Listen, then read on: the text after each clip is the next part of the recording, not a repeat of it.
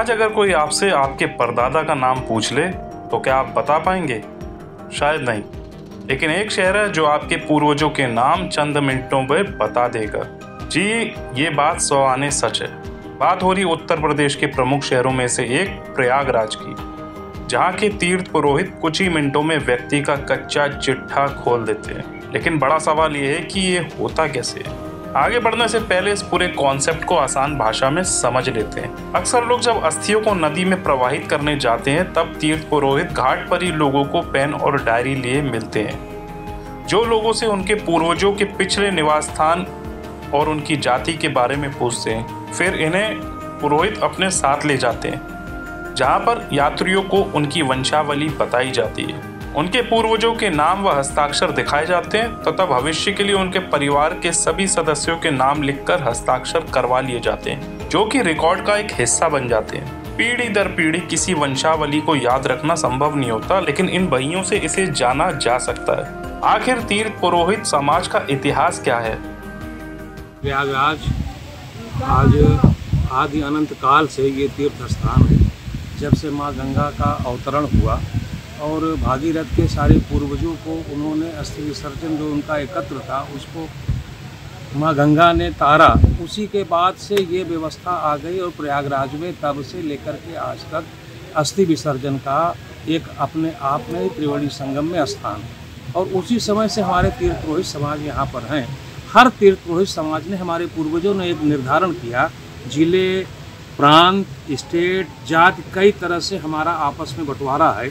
उन बंटवारा को याद रखने के लिए हमारे पूर्वजों ने एक चिन्ह का निर्धारण किया, निशान जिसको कहते हैं। वो निशान हमारा जो घरेलू उपयोग में दैनिक दिनचर्या में सबको लगातार हमेशा याद रहे, इस तरह का निशान हमारे पूर्वजों ने निर्धारित किया, जो आज सैकड़ों क्या 500 साल 1000 साल से निर्धारित है। पीढ़ी दर पीढ़ी से लगातार एक वंश के बाद दूसरे आते जाते हैं, लेकिन वो निशान वही रहता है। जैसे हमारा निशान है हरी मछली पालीवाल समाज का, ये तबेलिया वाले हैं, इनका निशान है तबेलिया का।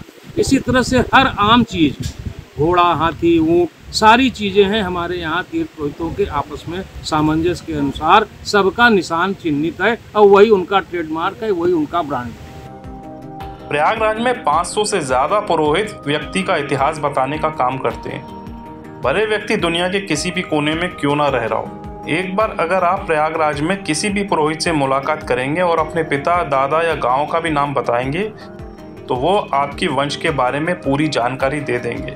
कहावत तो ये भी है कि लंका पर विजय प्राप्त करने के बाद भगवान श्री राम प्रयागराज आए थे। प्रयागराज में जिस पुरोहित ने उनको पूजा कराई थी उनके वंशज आज भी यहाँ हैं। तीर्थ पुरोहित तो ये भी दावा करते हैं कि उनके पास अलाउद्दीन खिलजी का माफीनामा मौजूद है।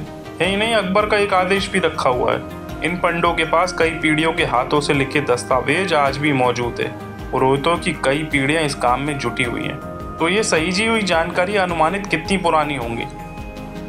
देखिए, हमारे पास जो हमारी बहियाँ हैं वो हमारे 400 300 साल से पुरानी है। पहले लोगों की लिखाई होती थी कलम से, जो सरकट्टा का कलम होता था उससे। उसका नया वर्जन हम लोग लाए पेन के द्वारा।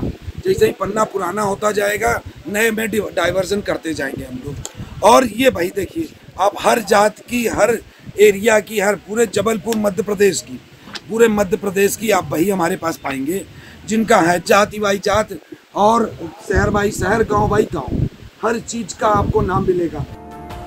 तो पुरोहितों द्वारा यात्रियों को क्या क्या जानकारियाँ उपलब्ध कराई जाती हैं?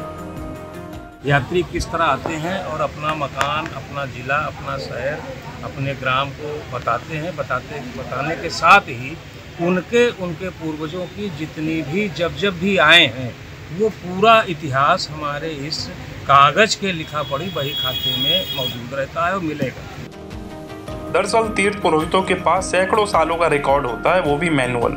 यही कारण है कि वे चंद मिनटों में ही पूर्वजों का नाम, गोत्र आदि की जानकारियाँ देते हैं। इन तीर्थ पुरोहितों का एक झंडा और निशान होता है। कई जगह से आने वाले लोग झंडा एवं निशान से ही वंश परंपरा के हिसाब से अपने पुरोहितों की पहचान करते हैं। इन निशान से ही तीर्थ पुरोहित की पहचान हो पाती है। यात्रियों को कैसे उनके पुरोहितों की पहचान कराई जाती है?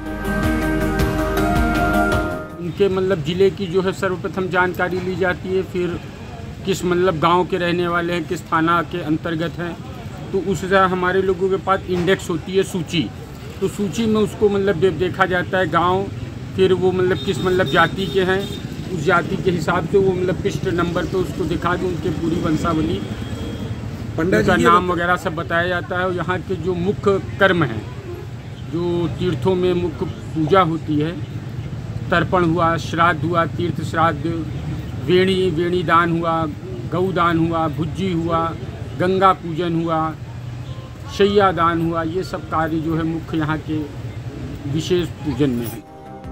इस पूरे सिस्टम में आखिर यात्रियों के अनुभव कैसे रहते हैं? हम मंडला जिला तहसील निवास ग्राम आमा डोंगरी कॉलोनी, वहाँ से आए हम लोग। अच्छा ये बताएं, जैसे आप यहाँ आते हैं प्रयागराज में हाँ। अस्थि विसर्जन करने, तो आपको कैसे पता चलता है कि हमारे पंडा कौन है? हमें पहले से ज्ञात है, हमारे जो पूर्वज थे वो यहाँ आते रहे हैं और वो तबीलिया वाले निशान से परिचित थे, वो उसी को हम लोग जान भी रहे हैं। फिर यहाँ पहुँच के हम लोग वो निशान ढूंढते हैं और वहाँ राम रतन पंडा के नाम से जाने जाते हैं। यहाँ आके हम लोग फिर यहाँ जो भी उनका जो रखा हुआ ग्रंथ है, उससे हम जो पूर्व में आए हैं उनके बारे में जानकारी उठाते हैं कि हाँ हमारे परिवार से कौन आया था, कौन नहीं आया था, उनका नाम अंकित होता है। ये सारी चीज़ें देख के हम संतुष्ट हो जाते हैं। उसके बाद फिर यहाँ हम लोग कृत कराते हैं।